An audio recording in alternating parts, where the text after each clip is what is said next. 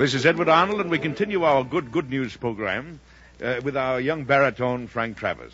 Frank sings a song from the new MGM picture, Balalaika, which stars Nelson Eddy and Ilona Massey. The song, At the Balalaika. All right, Meredith. Lift your glasses higher, higher than the sky. We will drink and die, never asking why. Hear our voices ringing, but for all we're singing. Let the toast be spoken, then the glass is broken. Pour on the, pour on the, pour on the, pour on the,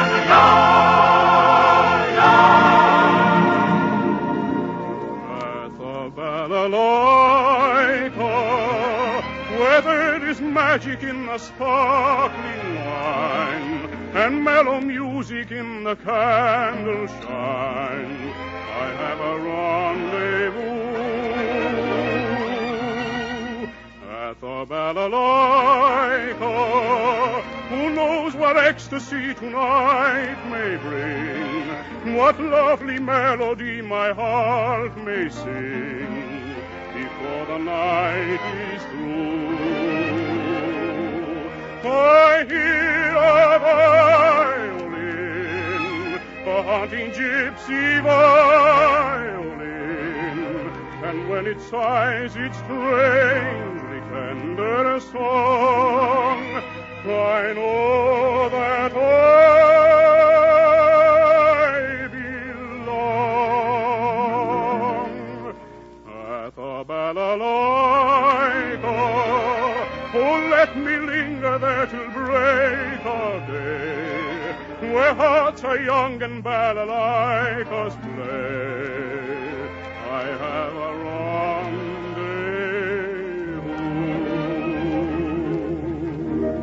I hear a violin, a haunting gypsy violin, and when it sighs its strangely tender song, I know that I belong at the balalaika. Oh, let me linger there till break of day, where hearts are young and balalaikas play. I have a rendezvous.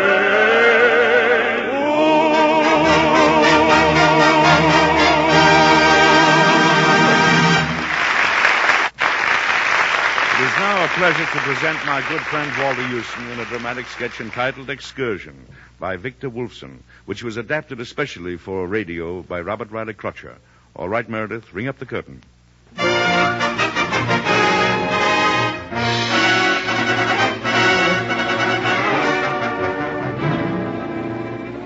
The story opens as the excursion steamer SS Happiness is about to return from its last trip to Coney Island. In the morning, it will be junked or turned into a garbage scow. The weary passengers are aboard, and Captain Obadiah Rich, played by Walter Huston, is on the bridge. All right, Mr. Stevens. Cast off. Fore and aft. Aye, aye, sir. Ease her gently, Mr. Stevens. Aye, sir. Cleared the pier wide. Now you turn. You whistle as you turn. Ain't easy to take the old SS Happiness back for the last time, is it, Captain? Yes, no more ship. No more Coney Island. No more passengers. No more work. No more nothing. I've been thinking and dreading this moment like the plague. And here it is. From now on, all these passengers will be using the subway. Yeah, it's funny how anxious they are to set foot on that island. And what is Coney Island when you come to think of it? For 30 years, I've watched them come aboard. Watched them back there in the city come down the narrow, dark alleys between the buildings. Watched them scramble for a place on the SS Happiness. White-faced girls. Tired-out men and women. Sickly-looking young men. All rushing for this here boat that's going to give them a day at the island. An excursion out of their real life. Sometimes I feel, well, you know, sometimes I feel it ain't just right, if you know what I mean. I don't believe I do, Captain. Well, I I feel like I've been fooling my passengers into something. Likely they wanted to be fooled. But it ain't right, Mr. Stevens. Me passengers don't want just a couple of hours of the day changed.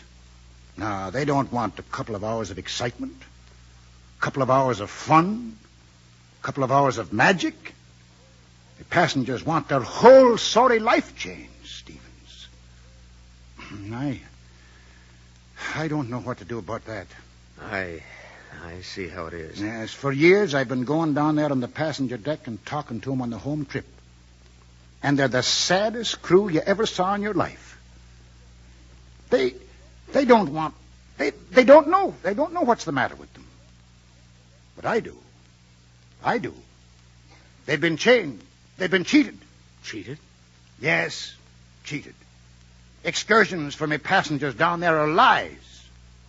Because every Sunday morning they come rushing down to this old boat just as eager, and every Sunday night they come back just as sad.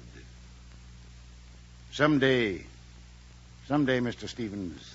Someday what, Captain? Well, someday my passengers are going to be happy going and coming. I guess you get plenty of time to do your thinking up here. Yes, plenty.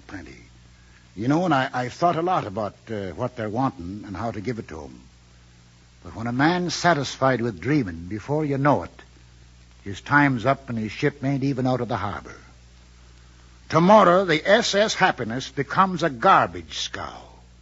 My white and gold ship, and me, a retired seafaring man in bedroom slippers sitting on a porch, telling kids and summer folks about the things I used to do. Stevens, didn't I say I'd like to do something for me passengers after all these years? Aye, but... Then why not? Why not do it? I got a map before me here and a ship to sail in. I will. Turn her about, Mr. Stevens. We're heading the other way. Where to, sir? Out there. Out there in the dark? Turn about, I tell you.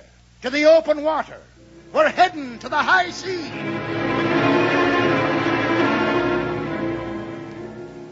Look. We're going away from the lights. We're moving away from the shore. The boat's going the wrong way. Papa! Wake up, Papa!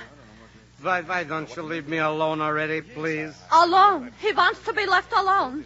The boat is going to Europe, but he wants to be left alone. If I'm not in the basement by 9 o'clock in the morning, I'll lose my job. Good evening, my passengers. Good evening, Mr. Good evening. Good evening. Nice warm night, ain't it?